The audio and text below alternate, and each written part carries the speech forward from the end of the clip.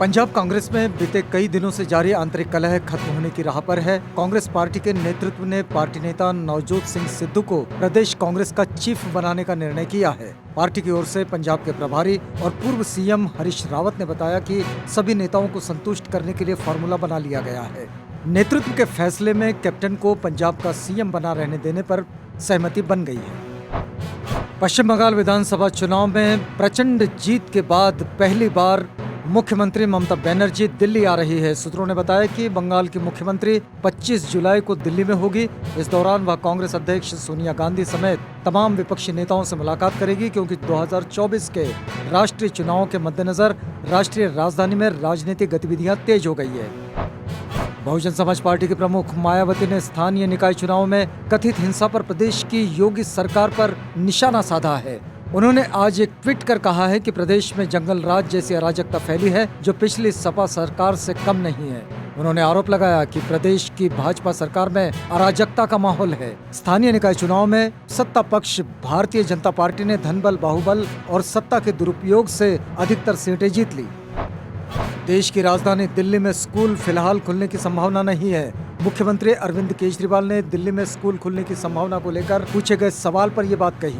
उनसे पूछा गया था कि जिस तरह पड़ोसी राज्य में स्कूलों को खोलने का फैसला लिया गया है, क्या आप लोग भी स्कूल को खोलने के बारे में सोच रहे हैं? मुख्यमंत्री केजरीवाल ने इसके जवाब में कहा, नहीं, अभी नहीं। जो अंतर्राष्ट्रीय ट्रेंड दिख रहे हैं कि थर्ड वेव आएगी, तो जब तक वैक्सीनेशन पूरा नहीं हो जाता वे बच्चों के साथ रिस्क नहीं लेंगे। कांग्रेस पार्टी में अध्यक्ष को लेकर पिछले कई दिनों से चर्चा जोरों पर है।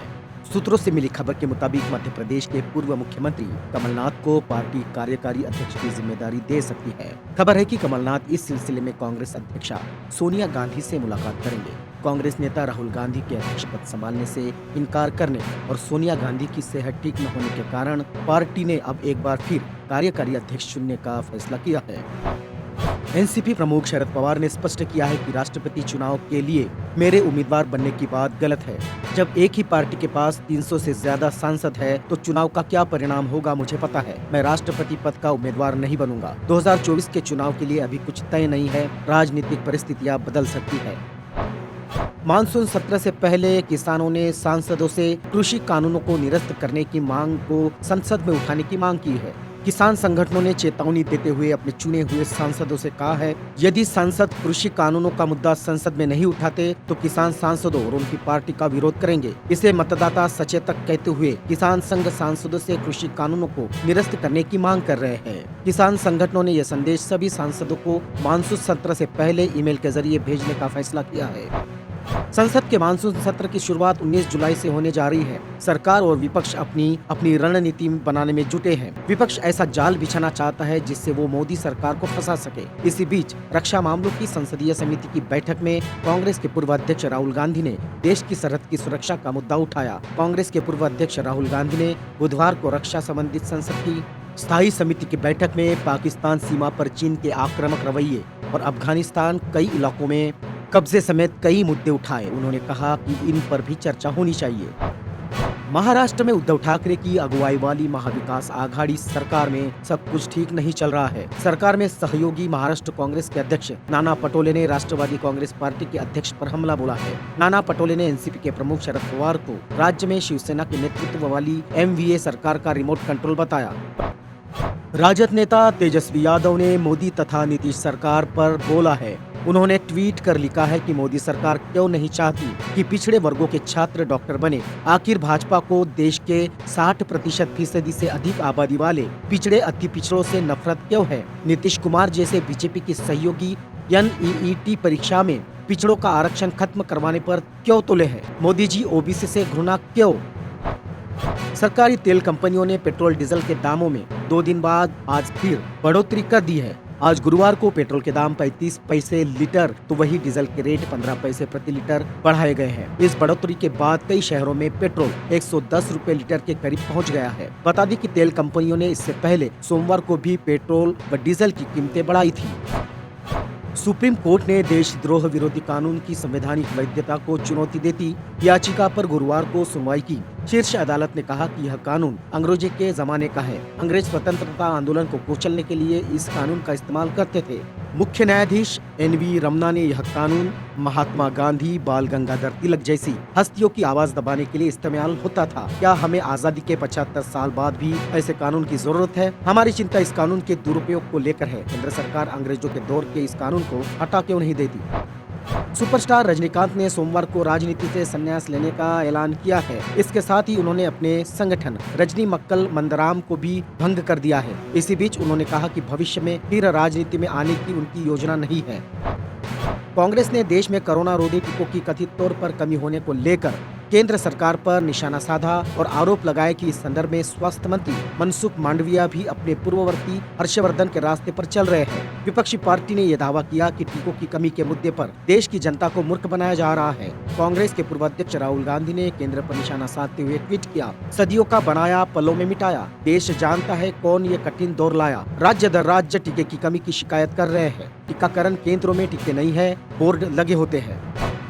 देश में आज यानी गुरुवार को लगातार तीसरे दिन कोरोना संक्रमण के दैनिक मामलों में बढ़ोतरी देखी गई। बीते 24 घंटों में 41,806 नए मरीज मिले हैं और 581 लोगों की संक्रमण से मौत हो गई। वहीं 39,130 मरीज कोरोना संक्रमण को मात देकर अपने घरों को लौट गए हैं। 7 दिन बाद नए मरीजों की संख्या ठीक होने वालों से ज्यादा रही। इससे पहले 7 जुलाई को 45,701 मरीजों की पहचान हुई थी और 44,529 ठीक हुए थे। भारत में कोरोना वैक्सीनेशन शुरू हुए शुक्रवार को 6 महीने पूरे हो जाएंगे। इस दौरान देश भर में 39 करोड़ से ज्यादा डोज लगाए जा चुके हैं। केंद्रीय स्वास्थ्य मंत्रालय के मुताबिक बुधवार शाम तक मिले डेटा के मुताबिक यह संख्या 39.10 करोड़ हो चुकी है। बुधवार को 32.10 लाख से ज्यादा लोगों को टीके लगाए गए। इनमें 18 से 44 साल उम्र के लोगों में 13.82 लाख लोगों को पहला और 1.57 लाख को दूसरा डोज लगाया गया। 37 राज्यों और केंद्र शासित प्रदेशों में इस डोज ग्रुप के 11.78 करोड़ लोग पहला डोज लगा चुके हैं। अप्रैल से ही अफगानिस्तान में तालिबान ने तेजी से पांव पसारने शुरू कर दिए हैं। खुफिया और सुरक्षा एजेंसियों से जुड़े सूत्रों का अनुमान है कि तालिबान अफगानिस्तान पर करीब 80,000 लड़ाकों की मदद से सत्ता पर काबिज होना चाहता है। पिछले 4 महीनों के दौरान जंग में 1100 से अधिक अफगान सेना के जवान और करीब 4,000 लोग मारे जा चुके हैं। ब्रिटेन 19 जुलाई से अनलॉक होने जा रहा है।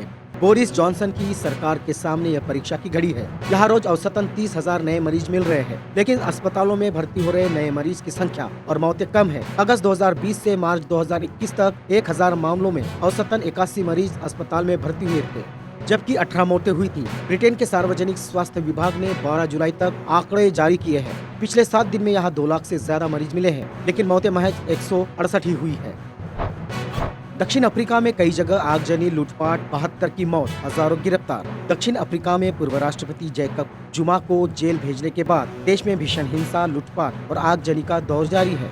इस हिंसा में अब तक 72 लोगों की मौत हो चुकी है, जबकि 1000 से ज्यादा गिरफ्तारियां हो चुकी हैं। पिछले 5 दिनों से जारी हिंसा को देखते हुए देश की सबसे बड़ी रिफाइनरी को भी बंद करना पड़ा है। हिंसा की चपेट में जोहानिसबर्ग और डबरन जैसे शहर भी आ गए हैं।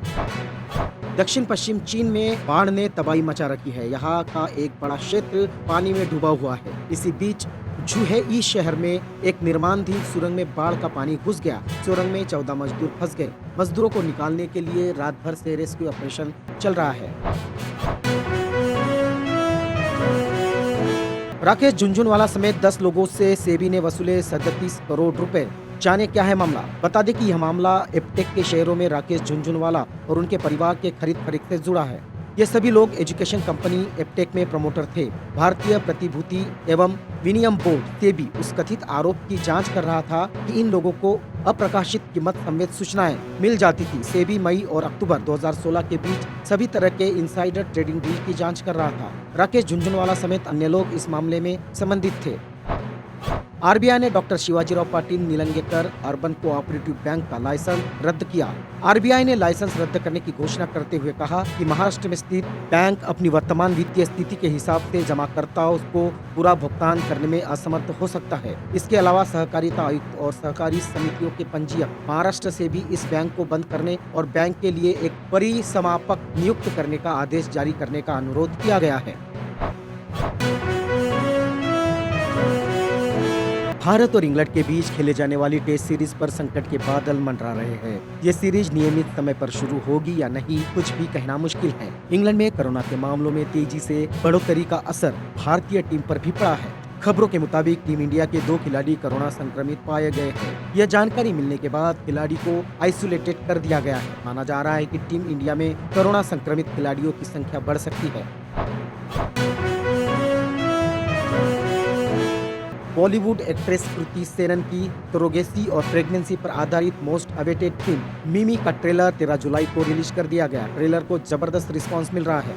इस फिल्म का फैंस लंबे समय से इंतजार कर रहे हैं। फिल्म में कृति सेनन एक बार फिर नए रूप में नजर आने वाली है। शुरुआत से ही फिल्म में कृति सेनन का लुक चर्चा में बना हुआ था। अब फिल्म में मेकर्स ने इसका मेकिंग वीडियो रिलीज किया है।